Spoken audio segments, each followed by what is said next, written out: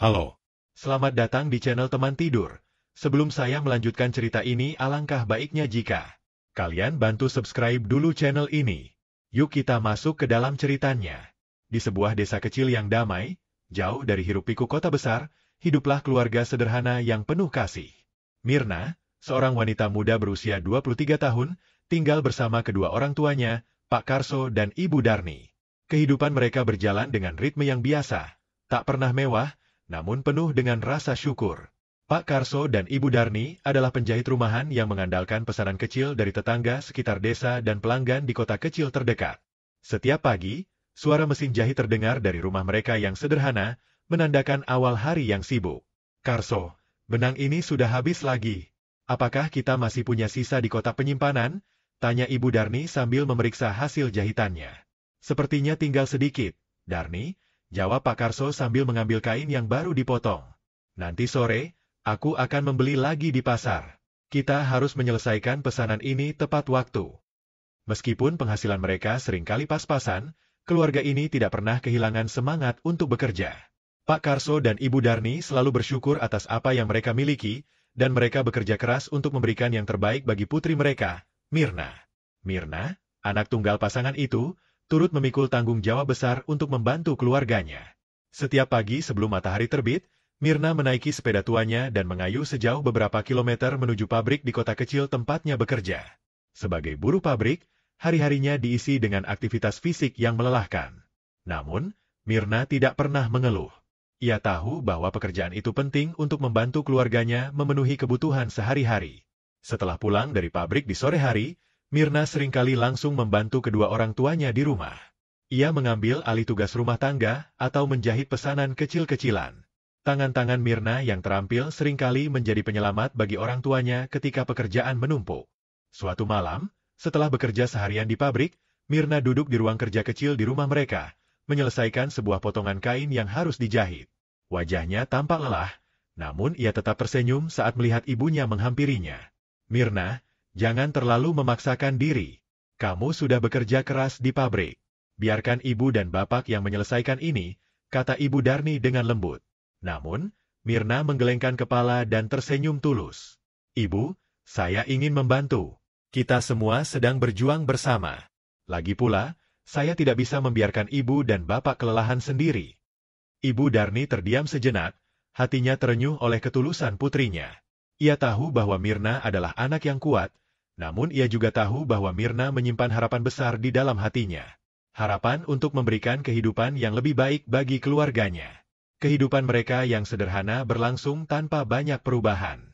Setiap hari, Mirna dan kedua orang tuanya menjalani rutinitas yang sama, berjuang untuk mencukupi kebutuhan. Namun, di balik kesederhanaan itu, ada rasa kebersamaan yang membuat mereka kuat. Namun, tak ada yang tahu bahwa takdir menyimpan kejutan besar bagi mereka. Kehidupan yang damai dan monoton itu akan segera berubah drastis. Sebuah kejadian tak terduga akan membawa mereka pada perjalanan baru yang penuh keajaiban dan harapan. Pagi itu, matahari bersinar cerah di atas desa kecil tempat Mirna tinggal. Udara pagi yang segar disertai kicauan burung menciptakan suasana yang damai. Mirna, seperti biasa, membersihkan halaman rumah dengan sapu lidi di tangannya. Ia menyapu perlahan, mengumpulkan dedaunan kering yang berguguran dari pohon di sekitar rumah. Ketika ia hampir selesai, pandangannya tertarik oleh sesuatu yang mendarat di dahan pohon jambu yang tak jauh dari tempatnya berdiri.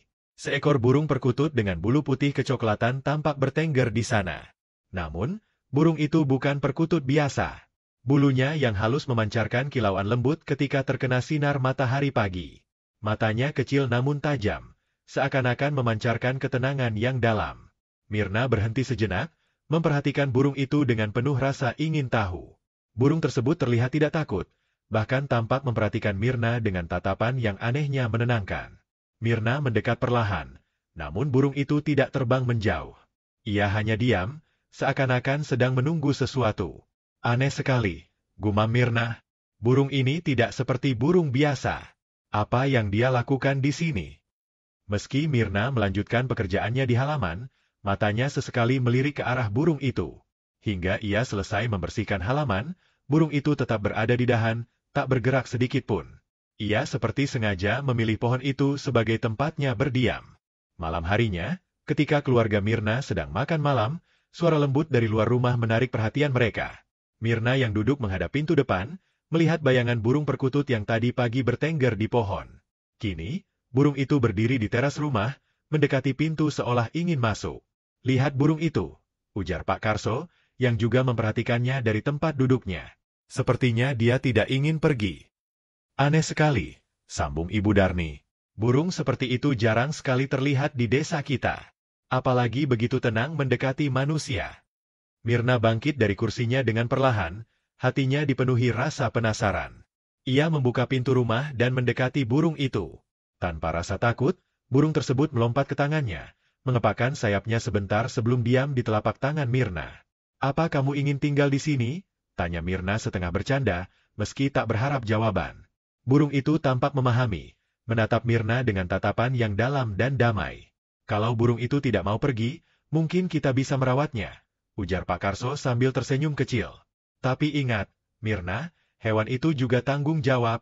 Jangan biarkan dia kelaparan." Mirna mengangguk dengan senang. Ia membawanya masuk ke dalam rumah dan menyiapkan tempat berlindung kecil di sudut dapur, menggunakan kardus dan beberapa kain untuk membuatnya nyaman. Burung itu tampak puas, tidak berontak ataupun gelisah, seolah sudah lama mengenal keluarga itu. Sejak saat itu, burung perkutut tersebut menjadi bagian dari keluarga mereka. Mirna memberinya nama Putih, karena warna bulunya yang khas. Setiap pagi, burung itu berkicau dengan merdu, memenuhi rumah kecil mereka dengan suara yang menenangkan. Putih tampak sangat jinak, bahkan sering hinggap di bahu Mirna ketika ia sedang membantu orang tuanya menjahit. Namun, keluarga itu tidak pernah menyangka bahwa burung ini bukanlah burung biasa. Tanpa mereka sadari, kehadiran Putih membawa aura keberuntungan yang perlahan-lahan mulai mengubah kehidupan mereka. Beberapa hari setelah Putih tinggal bersama mereka, pesanan jahitan untuk Pak Karso dan Ibu Darni tiba-tiba meningkat drastis. Pelanggan yang dulu jarang datang kini datang secara rutin, bahkan membawa teman-temannya untuk memesan pakaian. Rezeki yang mengalir membuat Pak Karso sering berkata dengan penuh syukur, "Sepertinya burung itu membawa berkah bagi kita." Mirna juga merasakan hal yang sama. Di pabrik tempat ia bekerja, atasannya mulai memuji kinerjanya, memberinya tugas yang lebih penting, bahkan menyebutkan kemungkinan kenaikan gaji. Semua itu terasa aneh, namun tidak bisa disangkal. Sejak kedatangan Putih, keberuntungan seakan menghampiri keluarga mereka. Namun, dalam hati Mirna, ia tetap bertanya-tanya, apa yang sebenarnya dibawa oleh burung itu? Apakah ini hanya kebetulan? Atau ada sesuatu yang lebih besar di balik kehadirannya? Beberapa hari setelah burung Putih tinggal bersama keluarga Mirna, hal-hal yang tidak terduga mulai terjadi. Awalnya, semuanya tampak seperti hari-hari biasa. Pak Karso dan Ibu Darni masih sibuk dengan pekerjaan menjahit mereka, sementara Mirna tetap berangkat pagi-pagi ke pabrik. Namun, tanpa mereka duga, keberuntungan mulai mengetuk pintu keluarga sederhana itu. Pagi itu, ketika Pak Karso sedang memotong kain di ruang kerjanya, seseorang mengetuk pintu rumah mereka. Seorang pria berpakaian rapi berdiri di depan pintu dengan membawa tumpukan kain. Ia memperkenalkan dirinya sebagai Pak Heru, pemilik sebuah toko pakaian di kota. "Saya dengar dari pelanggan saya bahwa hasil jahitan di sini sangat rapi dan berkualitas," kata Pak Heru sambil tersenyum ramah. "Saya ingin memesan beberapa lusin pakaian untuk toko saya. Ini contohnya, dan saya butuh semuanya selesai dalam waktu 2 minggu. Pak Karso, yang sebelumnya hampir kehilangan semangat karena pesanan mulai sepi, tiba-tiba merasa harapan kembali menyala. Dengan senyuman lebar, ia menerima pesanan tersebut. "Tentu saja, Pak. Kami akan menyelesaikan ini tepat waktu." Setelah Pak Heru pergi, Pak Karso kembali ke ruang kerja dengan wajah penuh semangat. Ia menunjukkan tumpukan kain pesanan itu kepada Ibu Darni. "Ini rezeki yang luar biasa," katanya sambil memandangi kain-kain itu. "Padahal kita hampir kehabisan uang untuk membeli bahan." Ibu Darni hanya mengangguk penuh syukur. Ia tahu betapa sulitnya mereka menjalani hari-hari terakhir sebelum pesanan ini datang. Pesanan besar itu benar-benar berkah yang tak terduga, datang tepat di saat mereka hampir menyerah. Sementara itu, di pabrik tempat Mirna bekerja, hal serupa juga terjadi. Pada siang hari, Mirna dipanggil oleh manajernya, sesuatu yang jarang terjadi. Dengan perasaan campur aduk antara gugup dan penasaran, ia memasuki kantor manajer. "Mirna," ujar manajer itu sambil melihat dokumen di tangannya, "saya memperhatikan bahwa pekerjaanmu selama ini sangat konsisten. Saya ingin memberimu tugas baru yang lebih ringan, tapi dengan gaji yang lebih tinggi. Kami membutuhkan seseorang yang teliti untuk membantu di bagian administrasi, dan saya pikir kamu cocok untuk posisi itu. Mirna terkejut. Ia tidak pernah merasa dirinya melakukan sesuatu yang luar biasa. Baginya, bekerja di pabrik hanyalah rutinitas untuk membantu keluarganya. Namun, mendengar penawaran itu, ia tidak bisa menahan rasa syukur. Terima kasih, Pak. Saya akan melakukan yang terbaik, jawab Mirna dengan nada penuh hormat. Ketika pulang ke rumah malam itu, ia menceritakan kabar baik itu kepada orang tuanya. Mereka menyambutnya dengan bahagia, merasa bangga atas pencapaian putri mereka. Namun, di dalam hati Mirna, ia mulai berpikir, apakah ini semua hanya kebetulan, atau ada sesuatu yang lebih besar di baliknya? Malam itu, keluarga kecil itu duduk bersama di ruang tamu, menikmati secangkir teh hangat sambil berbicara tentang hari mereka. Burung putih, seperti biasanya, berada di dekat mereka, berdiri di atas tempat bertengger kecil yang dibuat Mirna dari bambu. Suasana malam itu terasa damai, dengan angin sejuk yang masuk melalui jendela. Ibu, Bapak, kata Mirna tiba-tiba, memecah keheningan. Saya rasa burung putih membawa keberuntungan bagi kita. Pak Karso dan Ibu Darni saling pandang. Awalnya, mereka hanya menganggap kehadiran burung itu sebagai sesuatu yang biasa. Namun, setelah memikirkan semua kejadian belakangan ini, mereka tidak bisa menyangkal bahwa keberuntungan memang seolah datang sejak burung itu tinggal bersama mereka. Burung itu memang istimewa, ujar Pak Karso akhirnya, sambil melirik ke arah putih yang tampak tenang di tempatnya. Tapi jangan lupa untuk tetap berdoa dan bersyukur kepada Tuhan. Rezeki ini datang karena doa dan kerja keras kita juga. Mirna mengangguk. Ia tahu bahwa semua keberuntungan ini tidak bisa dilepaskan dari doa dan usaha yang selama ini mereka lakukan. Namun, di dalam hatinya, ia merasa burung putih adalah pembawa keberuntungan yang dikirimkan oleh takdir untuk membantu mereka. Malam itu, ketika Mirna berbaring di tempat tidurnya, ia merenung tentang semua yang terjadi. Ia tersenyum kecil, merasa bahwa harapan yang selama ini ia simpan mulai terwujud. Kehidupan yang lebih baik untuk keluarganya kini terasa semakin dekat. Namun, ia juga sadar bahwa perjalanan mereka belum selesai. Akan ada tantangan-tantangan lain yang harus mereka hadapi, tapi Mirna percaya bahwa keberuntungan yang dibawa oleh Putih akan terus menyertai mereka. Keberuntungan yang menyelimuti keluarga Mirna terus berlanjut. Pesanan jahitan yang diterima Pak Karso dan Ibu Darni semakin melimpah. Setiap hari, tumpukan kain baru berdatangan dari pelanggan yang mempercayai hasil karya mereka. Bahkan, beberapa pelanggan dari kota mulai membawa pesanan dalam jumlah besar, menawarkan bayaran yang jauh lebih baik daripada sebelumnya. Di sisi lain, kehidupan Mirna di pabrik juga semakin baik. Tugas barunya di bagian administrasi lebih ringan daripada sebelumnya, tetapi memberikan gaji yang lebih tinggi. Dengan penghasilan yang terus meningkat, keluarga mereka mulai merasakan kehidupan yang lebih nyaman. Mereka bisa membeli bahan makanan berkualitas, memperbaiki atap rumah yang bocor, bahkan menabung sedikit demi sedikit untuk masa depan. Namun, keberuntungan yang datang secara tiba-tiba itu tidak luput dari perhatian para tetangga. Kabar tentang keluarga Mirna yang mendadak sukses mulai menyebar ke seluruh desa. Banyak yang penasaran, bahkan beberapa mulai menduga bahwa keberuntungan itu berkaitan dengan burung putih yang tinggal bersama mereka. Burung itu pasti bukan burung biasa, gumam seorang tetangga kepada yang lain saat melihat Mirna membawa burung putih di bahunya. Sejak burung itu datang, hidup mereka berubah drastis. Suatu sore, seorang pria kaya bernama Pak Wira, yang dikenal memiliki banyak usaha di desa, datang ke rumah Mirna. Ia adalah orang yang selalu mengincar hal-hal yang dianggap bisa mendatangkan keuntungan besar, dan kali ini perhatiannya tertuju pada burung putih.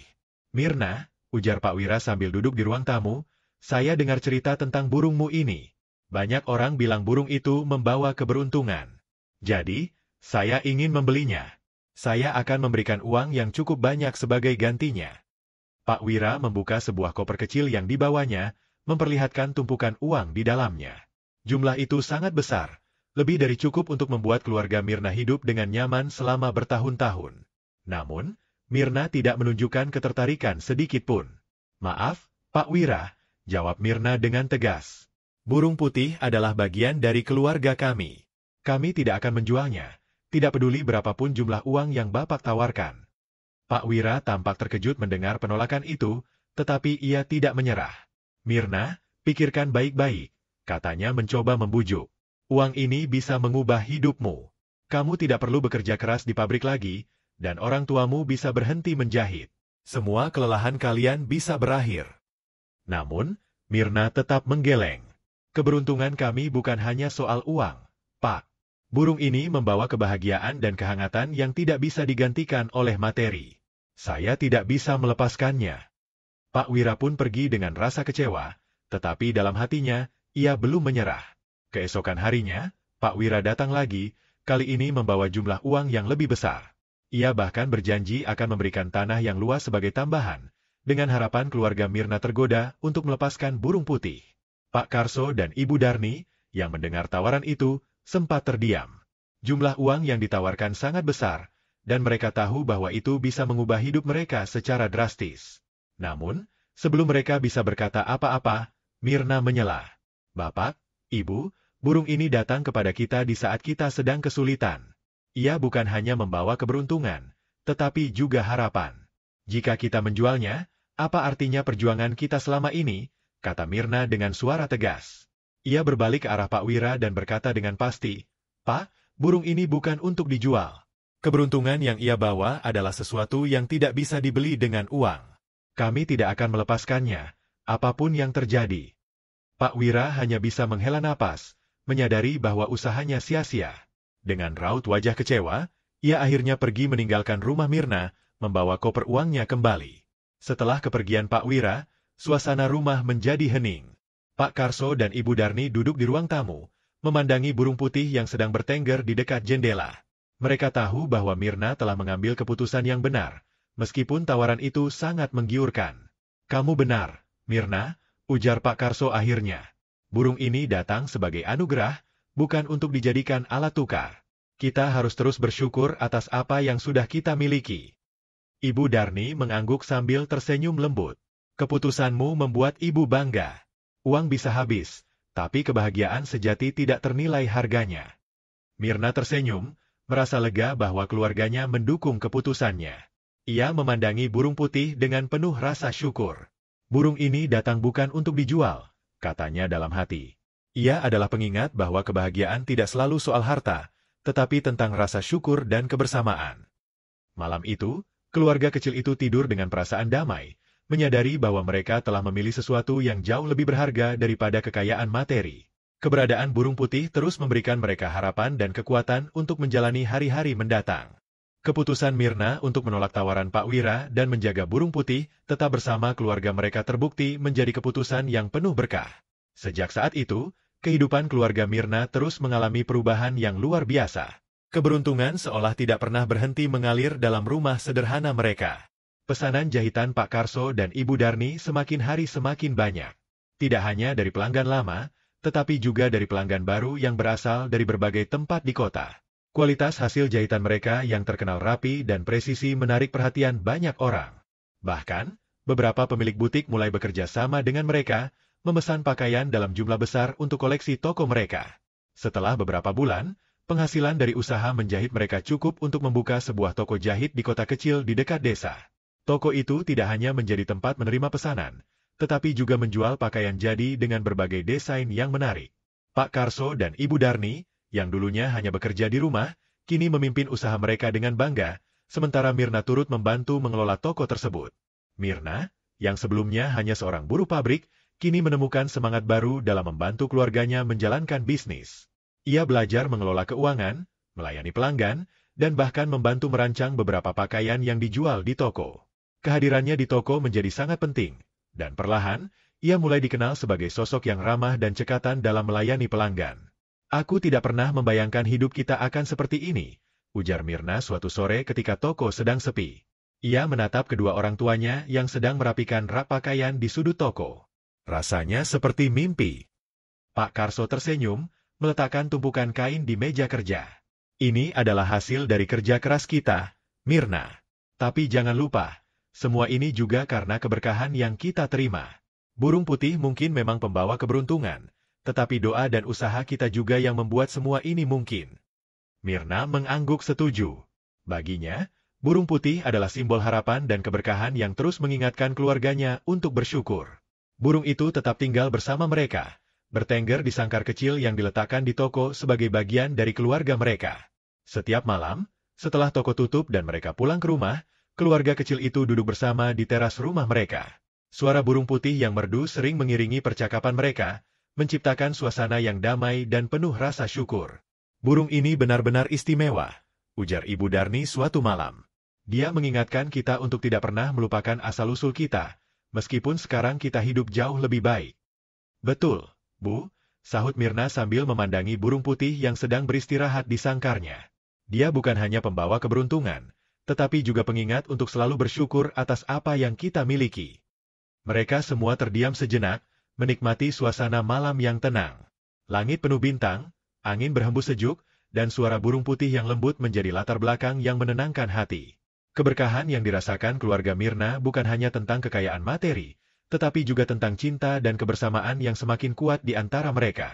Perjalanan mereka, dari kehidupan yang penuh kesulitan hingga keberhasilan yang mereka capai sekarang, menjadi bukti bahwa cinta, kerja keras, dan rasa syukur adalah kunci untuk menghadapi segala tantangan dalam hidup. Toko jahit keluarga mereka terus berkembang, menarik perhatian lebih banyak pelanggan dari luar kota. Namun, meskipun kesibukan semakin bertambah, mereka tidak pernah melupakan nilai-nilai yang telah membuat mereka sampai sejauh ini. Setiap hari, mereka berdoa bersama, mengucapkan rasa syukur atas semua rezeki yang telah mereka terima. Burung putih, yang tetap tinggal bersama mereka, menjadi simbol keberkahan yang abadi. Tidak ada hari yang berlalu tanpa suara merdunya mengiringi kehidupan keluarga Mirna. Keberadaan burung itu tidak hanya membawa keberuntungan, tetapi juga menjadi lambang cinta dan kekuatan keluarga mereka. Kisah keluarga Mirna dan burung putih pun menjadi legenda di desa mereka. Tetangga-tetangga yang dulu hanya memandang dengan rasa ingin tahu, kini menghormati keluarga itu sebagai contoh bagaimana keberuntungan dan kebahagiaan bisa diraih melalui kerja keras, cinta, dan rasa syukur. Kisah ini diceritakan dari generasi ke generasi, menginspirasi banyak orang untuk tidak pernah menyerah dalam menghadapi hidup. Di bawah langit malam yang penuh bintang, Mirna dan keluarganya terus hidup dalam cinta dan keberkahan yang tak pernah pudar, bersama burung putih yang selalu mengingatkan mereka akan pentingnya mensyukuri setiap momen dalam hidup. Terima kasih sudah menonton video di channel ini. Jangan lupa tekan tombol like, share, dan komen. Tekan subscribe untuk mengikuti video kami selanjutnya ya.